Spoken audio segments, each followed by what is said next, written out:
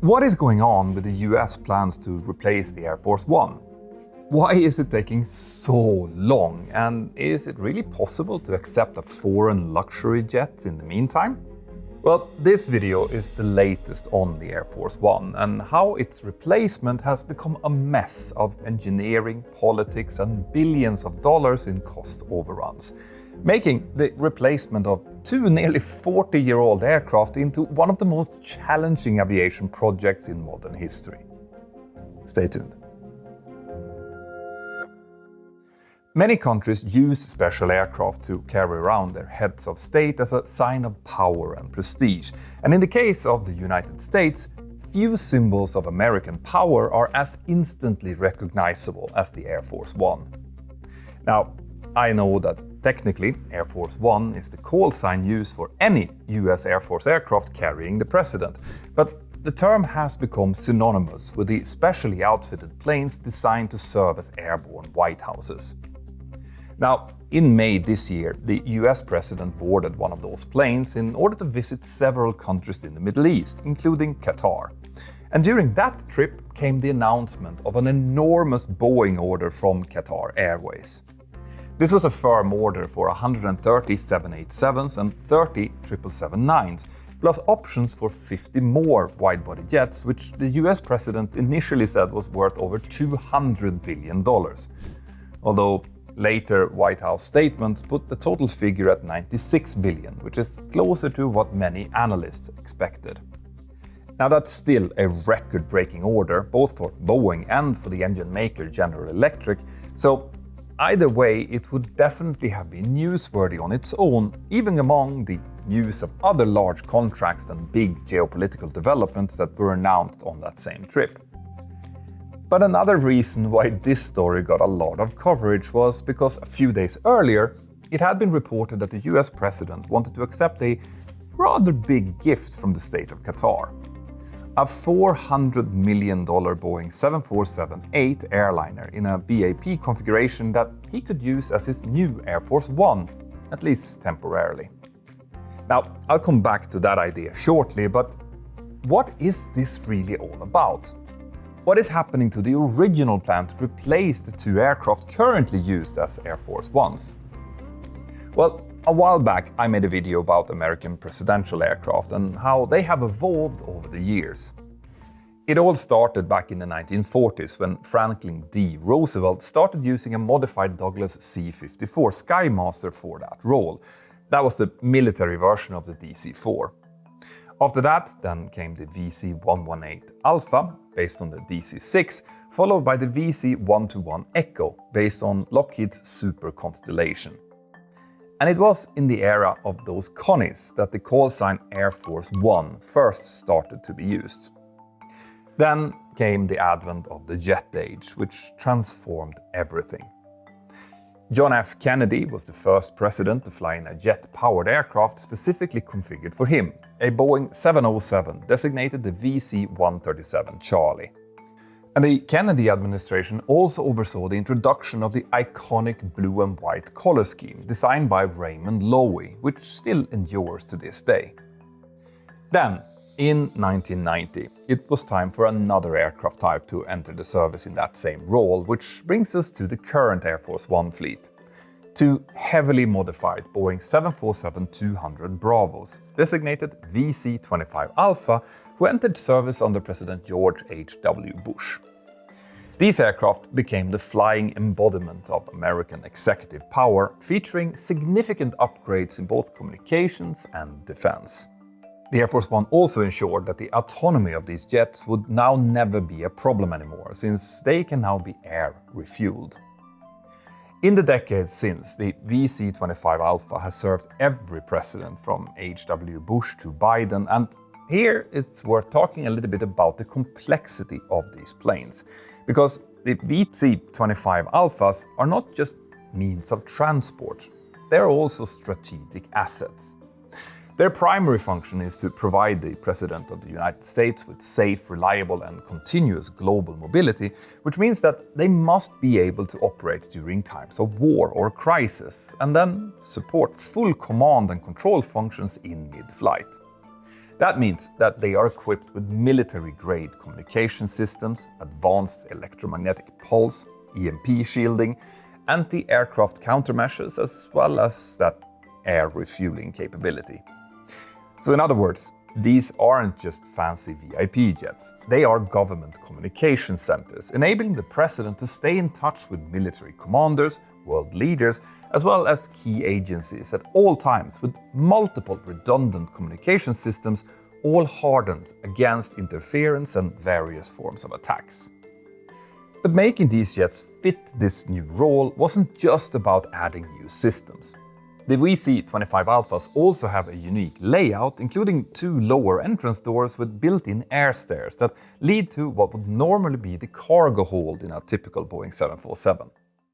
Internal stairs then lead up to the main deck, which includes the presidential suite, complete with sleeping quarters and an office space, and there is also a conference room and dining area along with seating for the president's staff, Secret Service, Air Force personnel, plus journalists and other guests. Now, the aircraft's upper level is for its Air Force crew, and obviously we don't know what communications and other warfare systems that they have at their disposal up there, but the plane also have medical facilities and a galley that can prepare food for everyone on board. Now, even with all of those people, the VC-25 Alpha typically flies around with less than 100 people on board. And that's to be compared with the 400 plus passengers and crew of a normal 747-200. That means that the plane's engines have plenty of excess power, which comes in handy if the pilots need to take off and climb in a hurry. So, all in all, these planes fit their role very, very well. But as reliable as these aircraft have been, they are now nearly 40 years old, with their first flight having taken place back in 1987, 3 years before they entered service. This means that the VC-25 Alphas are now well past their intended service lives, and maintaining them operational isn't getting easier or cheaper. Many of their avionics and other systems are still dating back to the 1970s, meaning that spares are now starting to become hard to find. And the planes are also showing their age in other ways. Their interiors have seen a couple of upgrades, but these are military aircraft, and interior refurbishments don't have as high priority as a lot of other things. So the need for a replacement presidential aircraft started becoming increasingly clear by the mid-2010s in order to eliminate those maintenance issues and give the planes a more up-to-date interior, preferably also with a bit more space. And that brings us to the next generation, the VC-25 Bravo. Now, you know me, I could sit here and talk about aviation forever, but thankfully I now have an excellent team around me to keep things focused and to the point. It's my editor Spyros who have researched and scripted this episode, so kudos to him, but running this channel is now very much like handling a small business. And that's why I really want to tell you about today's sponsor, Odoo, the all-in-one business management platform that can help you with everything from signing your contracts, invoicing, and much, much more. It really saves so much time and therefore lets you focus on what matters most, running your business. What I think that you will especially enjoy is their intuitive website builder. Here, let me show you. First, you define your type of business website, niche and goals, and then you select your color palette or just upload your logo so Odoo knows what colors you use.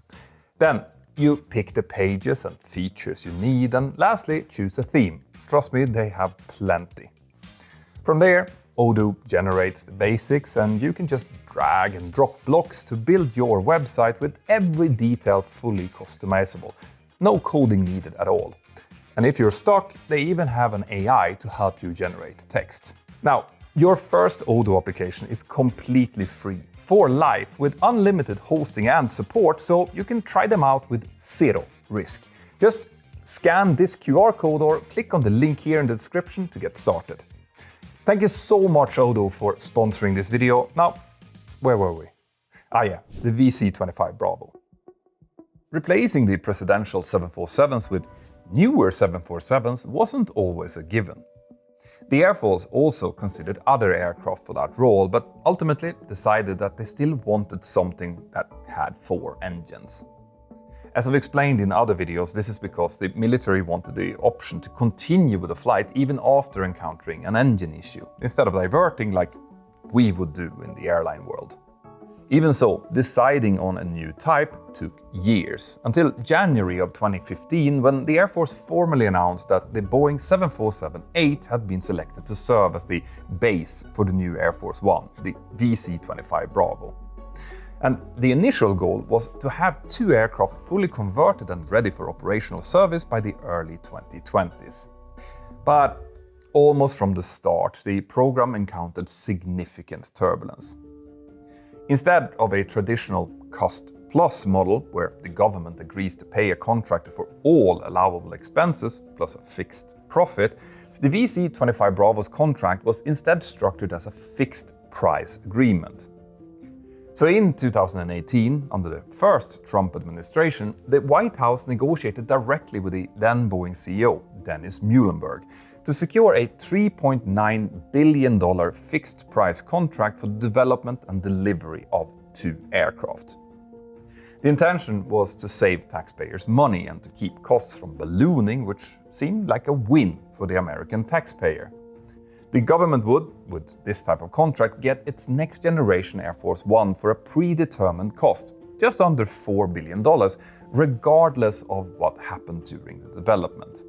But in the world of aerospace engineering, where technical and economic uncertainty is the norm and mission requirements can suddenly evolve mid-project, that approach introduced significant risk for Boeing. And the first problems didn't take long to appear. To save costs, Boeing and the Air Force agreed to use 2 existing, undelivered Boeing 747-8s, which Boeing had made for a bankrupt Russian airline called Transaero. Now, that might have looked like a good idea on paper, but transforming these jets into fully secure, radiation-hardened flying command posts was never going to be simple. It's not as easy as, for example, a passenger-to-freighter conversion. Instead, here, every system in the aircraft, communications, power, defense, environmental and beyond, had to be either replaced, hardened or entirely redesigned to meet the security needs of the US president. On top of that, as I've explained in my previous video, the US Air Force also insisted that the 2 jets should meet current FAA requirements for critical flight systems, even though these would be military jets who were therefore not subject to FAA certification. One of the problems with that was that, like other older aircraft types, the 747 is built using older standards for wiring, for example. Newer rules state that wiring bundles for redundant systems must be separated in case of a fire or other forms of damage.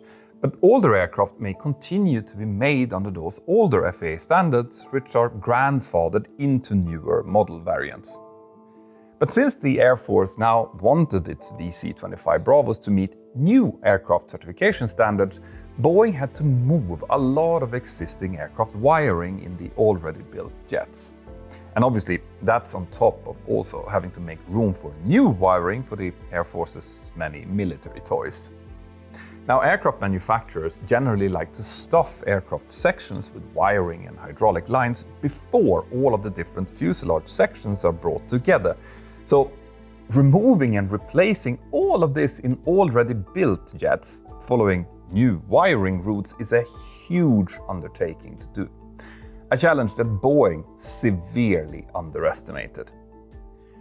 On top of that, more problems then quickly followed. About a year after the 2018 contract was signed, Boeing came under intense FAA scrutiny following the grounding of the 737 MAX fleet. And then, only a year after that, came the 2020 pandemic. So this all meant that just 2 years into the contract, Boeing had already taken a pre-tax charge of nearly $1 billion related to cost overruns. And early in 2023, that figure had then ballooned to $2 billion after more issues involving GDC Technics, a Boeing subcontractor responsible for interior modifications. GDC also did maintenance work on the existing VC-25 Alphas, and Boeing eventually sued them in 2021, accusing them of being late, which frankly wasn't surprising in the middle of a pandemic. GDC then countersued Boeing, accusing them of mismanagement and late contract payments, so ultimately Boeing terminated GDC's contract and took over the interior work themselves, and GDC then eventually went bankrupt. This in turn meant that Boeing had to accelerate hiring and retraining efforts in order to keep the program on track, which only added strain to the rest of the company's budgetary problems. Meanwhile, the Air Force started moving the goalposts. In any defense project, especially one as important as this one, the mission scope can change to meet changing threats. So new requirements were soon added in order to enhance or future-proof the key secret military systems on board. But under the contract's fixed price terms, Boeing now had to cover any airframe-related modifications out of its own pocket.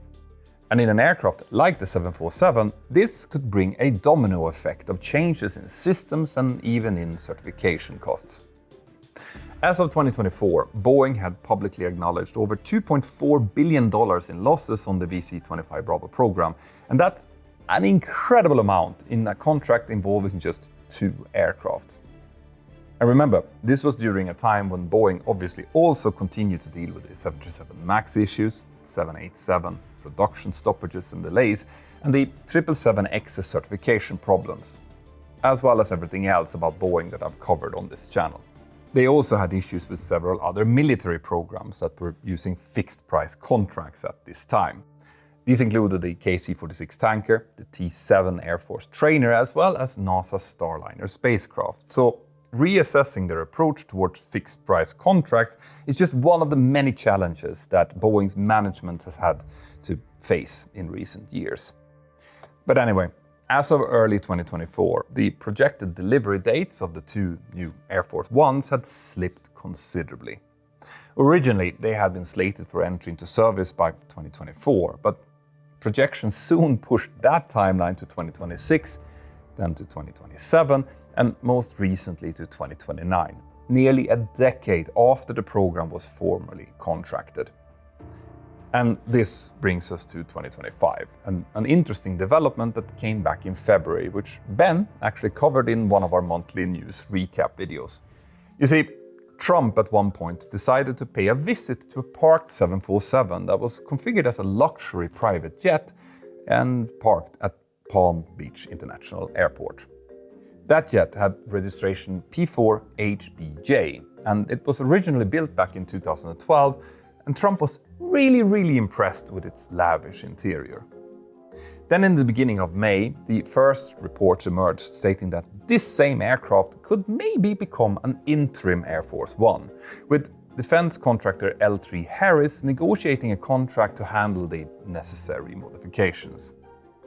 If it all went to plan, the hope was for this plane to be ready already by this fall in 2025. So where did this 747 come from then? Well, the HBJ in the plane's registration originally stood for Hamad bin Jassim bin Jaber Al Thani, who was the Prime Minister of Qatar between 2007 and 2013, and the original owner of this plane. Now, it's not clear who the plane's current owner is. Officially, it was transferred to a company in the Isle of Man in 2023, but it still appears to be under the control of the Qatari government. Now, there are plenty of pictures of its interior available online, and they look really awesome. But as Jeremy Bukaiski explained in Forbes, 747s in VIP configurations aren't as desirable now as they were 10 or 15 years ago. Qatar has actually been trying to sell this aircraft since 2020, but without finding a buyer. And that's even though business jets of all shapes and sizes were selling like hotcakes in the pandemic. But going back to Qatar, their offer to gift this 747 to the US president actually isn't unique. In 2018, they donated another unwanted 747-8, this time to Turkish President Erdogan. And according to some reports, that aircraft was even more lavish than the one offered to Trump, and therefore also pricier. $500 million instead of $400 million. But when we're speaking of values, note that these are just estimates for the cost of building and configuring these planes as they are. The question is, if their owners tried to sell them but couldn't, are they really worth $400 or $500 million? Obviously, this matter has caused a lot of speculation around the rules regarding gifts between heads of states and other influential people, since no matter how you slice it, the value will still be higher than the few $100s that is normally allowed. Now, I'd rather stay clear of that for now, but it's probably safe to assume that discussions about the fate of this plane has been ongoing for months already, even before the story blew up in early May. And that brings us back to Boeing and its VC-25 Bravos. Back in February, Boeing CEO Kelly Ortberg stated that his company is working together with Trump's government and Elon Musk to figure out ways to deliver the planes to the Air Force faster. Then in May, Boeing proposed a new plan to deliver the two VC-25 Bravos by 2027, if the Air Force and the government agree on some changes to the plan. The Air Force and the White House is now reportedly discussing what's acceptable from a capability standpoint. We obviously don't know what these capabilities are, but presumably it's things that could be added to the aircraft at a later date. And separately, the US government also lifted some security requirements around the construction of the next Air Force One jets. And that's super important, because finding mechanics and engineers with the right security clearances has been one of the big stumbling blocks for Boeing and its subcontractors. But that actually raises another interesting point here. If L3Harris is really going to turn that Qatari 747-8 into a plane for the US president, even temporarily, then where will they find the people with the right security clearances to do that job? With companies competing for staff, could the work on the Qatar Jet and actually make delays for the two existing VC-25 Bravos even worse? As I said earlier, a presidential jet isn't just a really nice big business jet. Even a temporary Air Force One will need Air Force systems and equipment on board, and it's not clear how gutting the interior of a jet like Qatar's would be faster than the work already in progress on those two other planes. Well, of course, that's unless the Air Force and the US government agree on a much lower equipment standard that could require, for example, things like a flying fighter escort wherever it's going. Then, if that aircraft is to be donated to Trump's presidential library after the new president is elected, any Air Force systems installed would then need to be removed. So it's not really clear how that whole process would save the government any money. But maybe I'm missing something here. Ultimately, some analysts think that the discussion around the Qatar Jet is probably just a way to put pressure on Boeing and perhaps even the US Air Force in order to build those VC-25 Bravos faster. And when it comes to Qatar, well, even if that deal doesn't go through, the fact that they offer the plane at all is perhaps a good enough gesture in itself. But what do you think? Do you think that the Qatari 747 could really be ready for Trump faster than the VC-25 Bravos? And what do you think is actually driving the discussion? Let me know in the comments here below. Thank you so much for watching, and don't forget to like and subscribe to the channel. And if you want to watch these episodes before everyone else and also have the chance to interact directly with my team and I about the videos in themselves, then please scan this QR code or go to patreon.com/join/mentorpilot and sign up. You can try it out for free for a full week if you want to. My name is Peter Hörnfeldt and you're watching Mentor now. Have an absolutely fantastic day and I'll see you next time. Bye-bye.